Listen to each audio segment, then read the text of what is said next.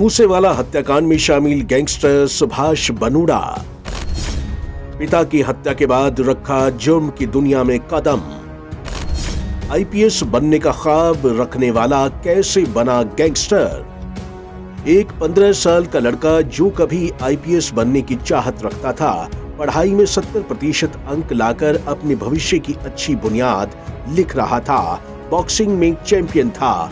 लेकिन एक दिन कुछ ऐसा हुआ जिसके बाद उसकी दुनिया पूरी तरह से पलट गई। उसका भविष्य प्रकाश से अंधकार की ओर चला गया।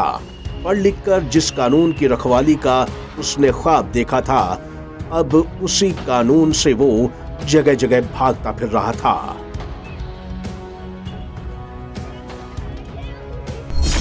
15 साल का बच्चा कैसे बना गैंगस्टर।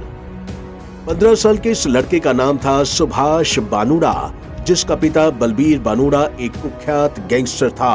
बेटा पिता की राह पर नहीं चलना चाहता था, वो पढ़ लिख कर एक अच्छा इंसान बनना चाहता था। सब कुछ ठीक ही चल रहा था, लेकिन तभी बीकानेर की जेल में बलबीर बानुड़ा पर हमला हुआ। इस हमले में बलबीर बानुड़ा की मौत हो गई। पिता की मौत से सुभाष बानुड़ा इस कदर आहत हुआ कि उसने अपने पिता के दुश्मनों को मौत के घाट उतारने की ठान ली और यहीं से शुरू हुआ सुभाष बानुड़ा से गैंगस्टर सुभाष बनुड़ा बनने का सफर। पिता की मौत का बदला लेने के लिए बना गैंगस्टर।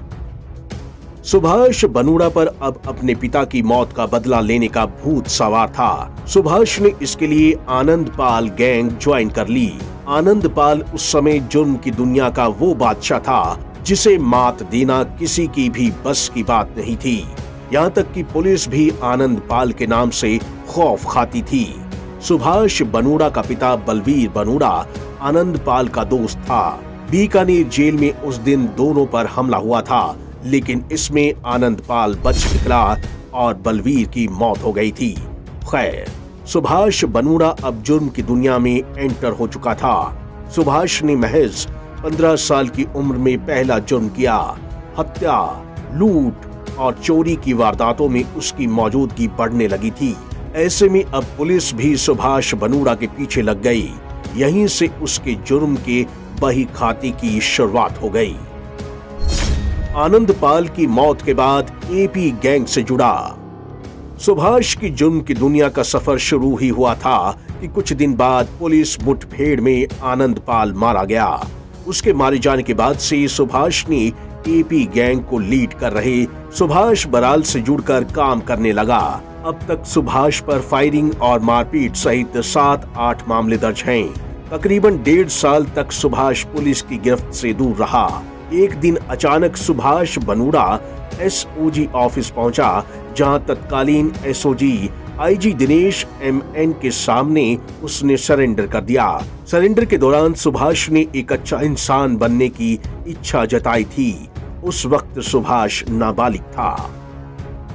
मूसेवाला हत्याकांड में आया नाम। सुभाष बानुड़ा का अब पंजाबी सिंगर सिद्धू मूसेवाला की हत्या में नाम आने के बाद क्राइम वर्ल्ड में खलबली मच गई है।